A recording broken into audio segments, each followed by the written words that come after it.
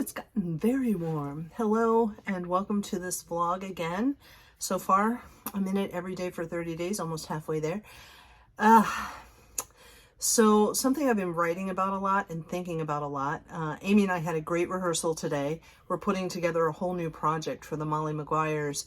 And today I sort of talked about why I wrote each song and what it meant to me then and what it means to me now. And it was just really great to kind of do table work on a song. And yesterday I talked to Neil, and he went over the recording, which is one of our Kickstarter rewards. So now we have a ringtone that's going to be really awesome, that people get if they donate $5 or more. I'm excited about that. But also today, someone tried to call me out on Facebook. I thought it was really interesting. Whatever's going on over at Spooky Action, John Stoltenberg wrote about it at length. So I sort of commented on a friend's wall, like, oh, this is what all the hubbub was about. Wow, you know? And this woman said, for the record, Deborah Randall, you're the one who stood up for that company. And anyway, it felt super familiar to me, like to be called out by a younger woman or anybody. All my life, I've sort of been the target of repressed adolescent rebellion. And I think that's the thing I don't miss. Like, I'm so glad to not be in that position anymore. So when it popped up today, you know, and she accused me of defending this man who appears to be a racist and a misogynist and a terrible person. I've only ever seen him at Helen Hayes meetings where he knew my name, but I usually forgot his. You know, I was looking at it from the perspective of a small theater producer and what happens when an actor tells everyone to boycott a small company.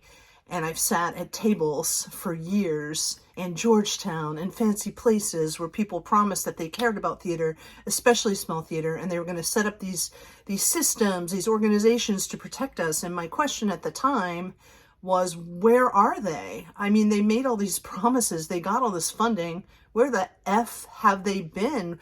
And we're now like down to like one actor saying, I'm not going to tell you why, but just boycott this small theater. To me, the way I receive that is this is the beginning of the end of all small theaters, because anyone with any kind of grudge can go, you're cut off, and shut down a small theater. And it appeared to me like small theaters were being treated like corporations, like we had all these resources, and there was just a lack of understanding that we were, it's all sweat. And, you know, so once the piece came out and I read it, I was completely shocked. And one of my actors had posted it, and I commented like, wow, now I understand.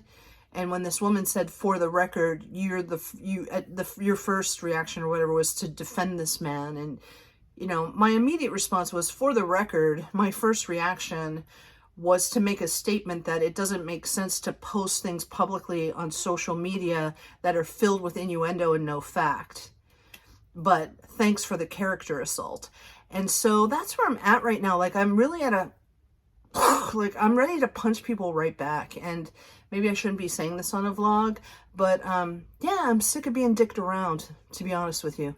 So it's nice to be working with Amy. It's nice. We're heading to Pennsylvania next month.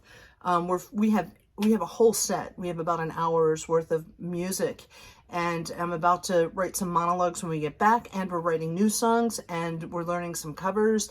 This is stuff we never had time to do before. We always had to flash in, take care of everybody else, do the bare minimum for ourselves, and open a show so we could produce 70 plays written, empowering women.